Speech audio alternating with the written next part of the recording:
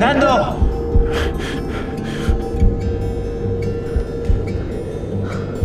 Wake up! अस्सलाम वालेकुम दोस्तों, 12 अक्टूबर साल 1972 साउथ अमेरिका की कंट्री यूरुग्वे से एक चार्टर्ड हवाई जहाज टेक ऑफ करता है। ये हवाई जहाज जा रहा है चिली देश की कैपिटल सैंटियागो में और इसमें बैठे हैं कुछ हट्टे कट्टे रग्बी टीम के प्लेयर। कुल मिलाकर ये 45 लोग हैं, तो इनके कुछ फैमिली मेंबर्स और फ्रेंड्स भी साथ में आए हुए हैं। आमतौर पर ये फ्लाइट कुछ ज़्यादा लंबी होने वाली नहीं थी। यूरुग्वे से सैंटियागो तक 3 घंटे का टाइम लगता है, लेकिन बीच में आती हैं एंडीज की खौफनाक पहाड़ियाँ। एंडीज की माउंटेन रेंजेस दुनिया की लॉन्गेस्ट पहाड़ियों में से एक हैं और हिमालय की पहाड़ियों के बाद सबसे ऊंची पहाड़ियाँ भी यहीं पर पाई जाती हैं और यही पहाड़ियाँ इन पैसेंजर्स के लिए एक भयानक मुसीबत बनकर सामने आती हैं।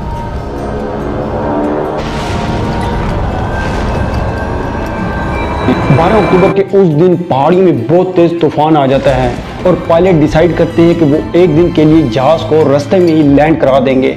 अर्जेंटीना के शहर मेंडोजा में एक दिन के लिए जहाज को लैंड करा दिया जाता है। अगला दिन 13 अक्टूबर दोपहर के तकरीबन 2:18 पर यह जहाज दोबारा से टेक ऑफ करता है। मौसम बिल्कुल साफ था, तो 1 घंटे तक सफर बहुत खूबसूरत गुजरता है और 1 घंटे बाद 3:21 पर पायलट इस बात को डिसाइड करते हैं कि जहाज को थोड़ा नीचे की तरफ लाया जाए। नीचे आते वक्त जहाज बहुत तेजी से ऊपर नीचे हिलने लग जाता है। इमरजेंसी लाइट्स और अलार्म सिस्टम बहुत तेजी से बजने लग जाते हैं और बहुत ज्यादा लोग शोर मचाने लग जाते हैं। लेकिन इनमें से कुछ लोग ऐसे थे कि जो इस चीज का मजाक बनाते हैं। इसी दौरान एक पैसेंजर खिड़की से बाहर देखता है कि पहाड़ियां करीब हैं, बहुत ज्यादा जहाज के करीब हैं और जहाज मुकम्मल तौर पर बादलों में घिर चुका है। जैसे ही थोड़ी देर बाद जहाज बादलों से बाहर निकलता है तो पायलट देखते हैं कि उनके सामने एक बहुत बड़ी पहाड़ की चट्टान है। अलार्म सिस्टम और ज़्यादा तेज़ हो जाता है, इमरजेंसी लाइट और ज़्यादा तेज़ बनने लग जाती हैं। पायलट्स पैनिक में आकर मैक्सिमम पावर लगा देते हैं इस पहाड़ी के ऊपर से गुजरने के लिए, इससे बचकर मैक्सिमम हाइट गेन करने के लिए। लेकिन अफसोस अब तक बहुत देर हो चुकी थी। जहाज का बैक पोर्शन पहाड़ की एक चोटी से टकरा जाता है, जिसकी वजह से 3 पैसेंजर्स हवा में उड़कर गायब हो जाते हैं और कुछ सेकंड बाद जहाज का लेफ्ट विंग दोबारा से टकराता है और इसी के साथ फिर 2-3 लोग हवा में उड़कर गायब हो जाते हैं। अब बचे जहाज का सिर्फ फ्रंट पोर्शन और ये फ्रंट पोर्शन 350 किलोमीटर फी घंटे की स्पीड से एक ग्लेशियर के ऊपर स्लाइड करता रहता है और 700 मीटर दूर जाकर एक लाश टकराव होता है।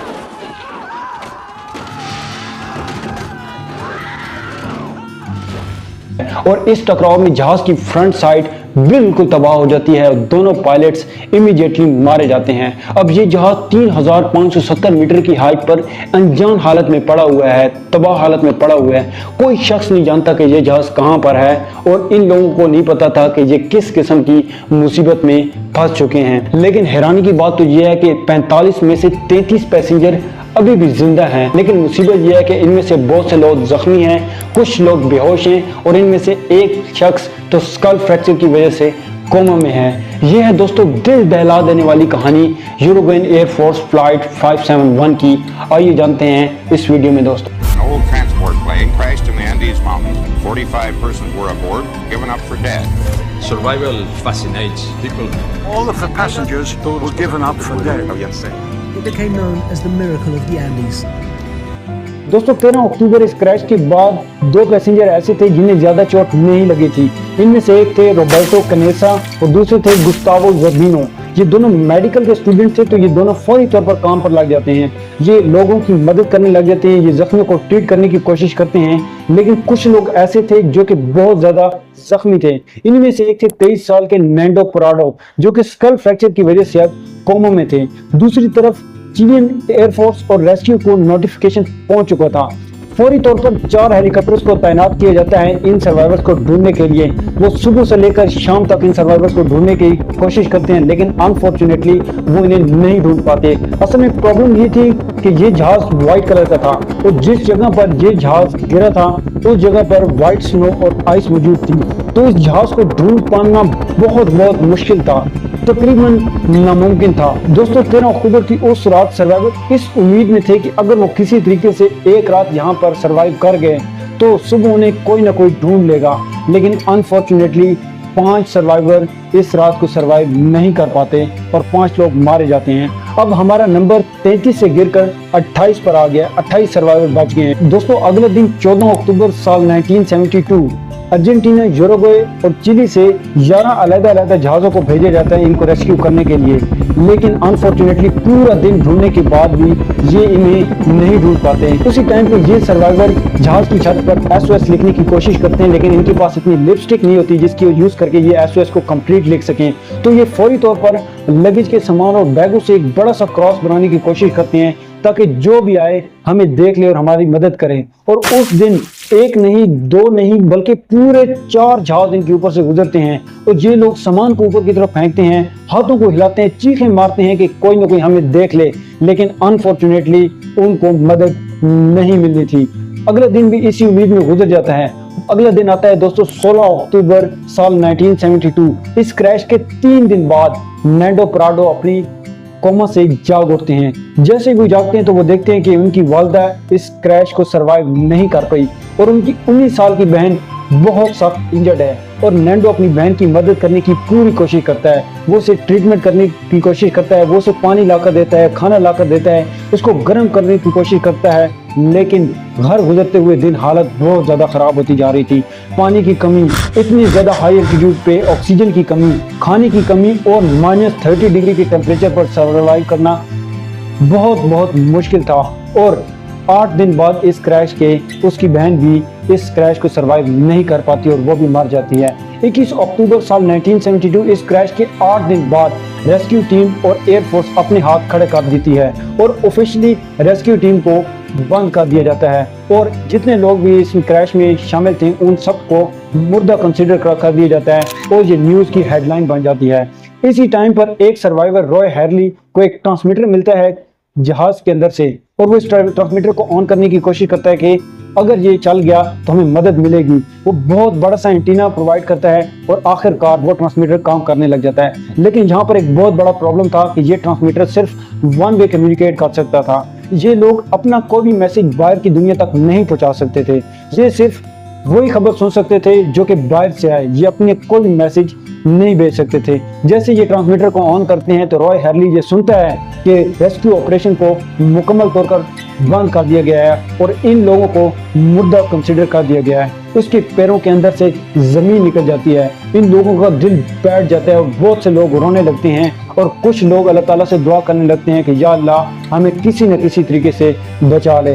दोस्तों आप लोग खुद ही इमेजिन करो कि आप जिंदा हैं, लेकिन ऑफिशियली खबरों में ये पता चला है आपको कि आप मर चुके हैं, तो आपकी क्या कंडीशन होगी और आपकी जो रिलेटिव्स हैं उनकी क्या कंडीशन होगी। इसीलिए दोस्तों कहते हैं कि लाइफ बहुत ज़्यादा अनप्रेडिक्टेबल है। अपने हर मोमेंट को जियो, फुली इंजॉय करो, कोई नहीं पता किस टाइम पे मौत आ जाए। लेकिन दोस्तों इंजॉयमेंट के लिए भी आप लोगों को पैसों की ज़रूरत होगी। तो दोस्तों आप लोगों के लिए एक ऐसा प्लेटफॉर्म लाया हूँ जिससे आप 1 लाख से लेकर 5 लाख रुपए कमा सकते हैं हर महीने के, लेकिन आपको इन्वेस्टमेंट सिर्फ और सिर्फ 300 रुपए की करनी होगी। ये एक गेम टाइप ऐप है जिसका नाम है बसंत क्लब और दूसरा है पाक गेम्स। लिंक आपको डिस्क्रिप्शन में नीचे मिल जाएगा। आपने फ़ोन नंबर डालना है और आपने पासवर्ड डालना है, आपका अकाउंट क्रिएट हो जाए। अगर आपका लक अच्छा हुआ और आपने मेहनत की तो आप एक महीने का 3 से 4 लाख रुपए घर बैठे कमा सकते हैं।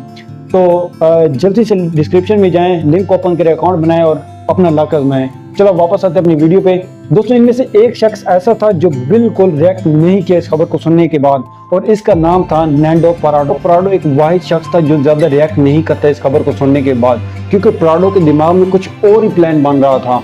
11 दिन बाद इस क्रैश के इन सब लोगों को खाने की सख्त कमी होने लगी, क्योंकि इन सब लोगों के पास खाने को कुछ ज़्यादा था नहीं। कुछ वाइन की बोतलें थी, कुछ चॉकलेट्स बार थी और 1-2 मूंगफली के दाने थे। ये आप यकीन नहीं करेंगे, पराडो ने तो सिर्फ एक मूंगफली के दाने को 3 दिन तक खाया और ये सब लोग इस खाने को बहुत थोड़ा थोड़ा करके खाते थे। और 3570 मीटर की हाइट पर कोई ज़्यादा पेड़ पौधे और कोई जानवर तो थे नहीं जिन्हें मारकर ये सब लोग खाते।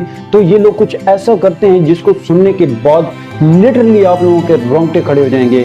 रॉबर्टो कनेसा इस बात को डिसाइड करते हैं और ये अनाउंस करते हैं कि हमारे अंदर प्रोटीन्स की सख्त कमी है और हमारे पास अपने मुर्दा दोस्तों और भाइयों की डेड बॉडीज को खाने के अलावा और कोई ऑप्शन नहीं। इससे बहुत से लोग मना कर देते हैं, लेकिन ये आइडिया कनेसा को आया तो कनेसा ने सबसे पहले ये काम किया। और उसने डेड बॉडीज को खाना शुरू किया। इसके बाद जो शख्स नहीं खा रहे थे 2 दिन बाद खाने की कमी की वजह से वो लोग भी खाने लगे। 29 अक्टूबर इस क्रैश के 16 दिन बाद जब ये सब लोग सो रहे थे तो एक बड़ा सा एवलांच आया। बर्फ गिरने की आवाज आई पहाड़ की चोटी के ऊपर से। इन लोगों के ऊपर आवाज तो आ रही थी लेकिन कुछ भी देखने से पहले इनके पूरे जहाज के अंदर बर्फ भर जाती है और ये 19 लोग बर्फ के अंदर दबे हुए हैं और किसी तरीके से कोशिश करके आहिस्ता आहिस्ता 5 दिन बाद ये लोग बर्फ से बाहर निकलते हैं। बर्फ से बाहर निकलने के बाद इन लोगों को अंदाजा होता है कि इन्हें बचाने आने वाला अब कोई भी नहीं। अगर जिंदा रहना है तो मेहनत खुद से करनी होगी, कोशिश खुद से करनी होगी। मरना ही है तो आखिरी दम तक कोशिश कर कर क्यों ना मरें। तो ये लोग डिसाइड करते हैं कि जो 3 स्ट्रॉन्ग सर्वाइवर्स हैं उन लोगों को मदद करने के लिए भेजा जाएगा। पैदल वो चलेंगे। तो वाशिंगटन, रॉबर्टो कनेसा और प्राडो इन 3 स्ट्रॉन्ग सर्वाइवर्स को चूज किया जाता है कि ये 3 लोग मदद ढूंढने के लिए जाएंगे। इनको ज्यादा अच्छे कपड़े दिए जाते हैं, ज्यादा गर्म कपड़े दिए जाते हैं, खाना दिया जाता है और ये 3 बहादुर लोग मदद ढूंढने के लिए निकल पड़ते हैं। लेकिन यहाँ पर एक बहुत मुश्किल काम था लोकेशन का अंदाजा लगाना, क्योंकि जिस जगह पर ये खड़े थे इसकी चारों साइड पर ग्लेशियर थे। तो ये मुश्किल था इस चीज का अंदाजा लगाना कि हम लेफ्ट साइड पर जाएं, ईस्ट में जाएं, वेस्ट में जाएं, साउथ में जाएं, नॉर्थ में जाएं। लेकिन ये सब लोग डिसाइड करते हैं कि अगर हम कुछ दिन वेस्ट साइड पर चलते रहें तो हम चिली के किसी कंट्री साइड पर जरूर पहुंच जाएंगे। और ये 3 बहादुर लोग क्रैश के 33 दिन बाद 15 नवंबर 1972 को निकल पड़ते हैं और ये वेस्ट की जानिब without any skill, without any training पहाड़ के ऊपर क्लाइंब करना स्टार्ट कर देते हैं। कुछ घंटों चलने के बाद इन लोगों को अपनी क्रैश का, अपने जहाज का दूसरा हिस्सा मिलता है। वहां पर इन्हें कुछ खाना मिलता है, कुछ बुक्स मिलती हैं और कुछ चीजें मिलती हैं और वहां पर इन्हें एक रेडियो ट्रांसमीटर मिलता है और ये लोग खुश हो जाते हैं कि इसके जरिए हम अपना मैसेज भेज सकें। लेकिन अनफॉर्चुनेटली वो काम नहीं करता। अब जिंदा रहना है तो वेस्ट की जानिब दोबारा से पैदल चलना होगा और ये 3 बहादुर लोग दोबारा से वेस्ट की जानिब चल पड़ते हैं। चलते रहते हैं, क्लाइंब करते हैं, गिरते हैं, फिर चलते रहते हैं और 15 दिन मुसलसल चलने के बाद इन लोगों को अंदाजा होता है कि इनका एस्टीमेट कितना गलत था। ये एक ऐसे पॉइंट पर पहुंच गए जहां पर चारों साइड पर ग्लेशियर थे। इन लोगों के पास खाने की कमी थी, इन लोगों के पास खाना इतना नहीं था। तो ये लोग डिसाइड करते हैं कि वाशिंगटन वापस आ जाएगा और 2 लोग ही आगे चलेंगे क्योंकि ताकि खाने की कमी ना हो। वाशिंगटन बहुत जल्दी अपने क्रैश साइट पर पहुंच जाते हैं क्योंकि ये सारा डाउन हिल था और प्राडो और कनेसा दोबारा से आगे बढ़ने की कोशिश करते हैं। लेकिन किस डायरेक्शन में? प्राडो ये देखते हैं कि एक पहाड़ की चोटी है जिसके ऊपर बर्फ नहीं है और वो खुश्क है। ये लोग अंदाजा लगाते हैं कि अगर हम उसी डायरेक्शन में चलते जाएं तो हम एक ऐसे पॉइंट पर पहुंच जाएंगे जहां पर बर्फ नहीं होगी, वहां पर हमें मदद मिलने की बहुत ज्यादा उम्मीद है। प्राडो और कनेसा डिसाइड करते हैं कि वो इस पहाड़ी की चोटी के ऊपर जाएंगे और वो चलना शुरू कर देते हैं। 1 दिन गुजर जाता है, 2 दिन गुजर जाता है, वेट लॉस, खाने की कमी, डिहाइड्रेशन, लेकिन ये चलते रहते हैं। 1 दिन चले, 2 दिन चले, 3 दिन चले और पूरे 9 दिन पैदल चलने के बाद ये एक ऐसी जगह पहुंचते हैं जहां पर इन्हें एक नदी नजर आती है, कुछ पानी नजर आता है और कुछ इंसानों की प्रेजेंस, कुछ जानवर नजर आते हैं। यहाँ पर पहुंचना इन लोगों की बहुत बड़ी सक्सेस और एक बहुत बड़ी कामयाबी थी। तो ये लोग वहां पर बैठकर रेस्ट करते हैं। कनेसा की टांग में फ्रैक्चर आ चुका था और आधा बॉडी वेट गिर चुका था। ये लोग रेस्ट कर रहे थे कि वहां से 3 लोग घोड़ों पर सवार गुजरते हैं। प्राडो अपनी पूरी कोशिश कर चीख कर ये आवाज लगाने की कोशिश करता है, लेकिन नदी के शोर की वजह से कोई भी उसकी आवाज नहीं सुन सकता। लेकिन बाय चांस एक शख्स प्राडो को देख लेता है। वो हाथ हिलाकर कहता है, तुम आ रहो, मैं कल दोबारा आऊंगा। प्राडो इंतजार करता है, वो शख्स दोबारा कल आता है और साथ में एक पेन और पेंसिल लाता है और पत्थर के साथ बांधकर प्राडो की तरफ फेंकता है। ये प्राडो के पास पहला चांस था अपना पैगाम दूसरी दुनिया तक पहुंचाने का। और प्राडो उस पेज के ऊपर लिखते हैं स्पेनिश लैंग्वेज में, I come from a plane that fell in mountain. मैं यूरुग्वे से आया हूँ, हम 10 दिन पैदल चल रहे हैं और मेरे जख्मी दोस्त प्लेन की साइड पर मौजूद हैं। मेरा ये दोस्त भी जख्मी है, हम बहुत कमजोर हैं, हमारे पास खाने को कुछ नहीं, प्लीज हमारी मदद करो, हम कहाँ हैं। और ये दोबारा उसकी तरफ फेंकता है और वो शख्स ये पढ़कर सर हिलाता है और कहता है कि मैंने समझ लिया। और ये अपने दोस्तों के साथ मशवरा करते हो, कहते हैं हाँ कुछ याद तो आ रहा है, कुछ 2 महीने पहले एक जहाज गिरा तो था। लेकिन ये देखने के बाद वो शॉक रह जाते हैं कि 2 महीने के क्रैश के बाद भी कोई जिंदा बचा हुआ है। ये शख्स एक किसान था जिसका नाम था सर्जियो काटला और ये बैठ के टुकड़ा प्राडो की तरफ फेंकता है और घोड़े पर बैठकर वेस्ट की जानिब चलना शुरू कर देता है। और 10 घंटे मुसलसल वेस्ट की जानिब चलने के बाद ये एक इंसानों की बस्ती में जा पहुंचता है। दोस्तों अभी भी इंसानों की बस्ती इन लोगों से इतनी दूर थी कि पैदल पहुंच पाना वहां पर इम्पॉसिबल था। और वो जैसे जाते हैं तो आर्मी कमांड को बताता है, आर्मी कमांड चिलियन हेडक्वार्टर को जाके बताती है और वो मदद के लिए पहुंचते हैं और ये खबर इंटरनेशनल खबर बन जाती है और प्राडो और कनेसा इंटरनेशनल हीरो बन जाते हैं और दो लोग प्राडो और कनेसा को लेकर उसी बस्ती में आ जाते हैं। वहां पर फाइनली ये लोग रेस्ट करते हैं और इसके बाद आर्मी के हेलीकॉप्टर वगैरह प्राडो को साथ लेकर उन लोगों को रेस्क्यू करने जाते हैं और फाइनली 20 दिसंबर इस क्रैश के 72 दिन बाद ये लोग रेस्क्यू किए जाते हैं। इन लोगों की हड्डियां टूट चुकी होती हैं, डिहाइड्रेशन हो जाती है, खाने की कमी, वेट लॉस, लेकिन फाइनली ये सब लोग रिकवर कर जाते हैं। और इस बात का अंदाजा लगाया जाता है कि पिछले 10 दिन में रॉबर्टो कनेसा और नैंडो प्राडो ने 61 किलोमीटर हाइकिंग की है ग्लेशियर्स के ऊपर विदाउट एनी स्किल्स और ये लोगों के लिए अनबिलीवेबल था और ये दोनों हीरो अपने दोस्तों को भी बचा लेते हैं और फाइनली ये मामला सॉल्व हो जाता है, ये जहाज मिल जाता है और सब रिकवर कर जाते हैं। दोस्तों तो ये कहानी दुनिया के सामने एक बहुत बड़ा लेसन है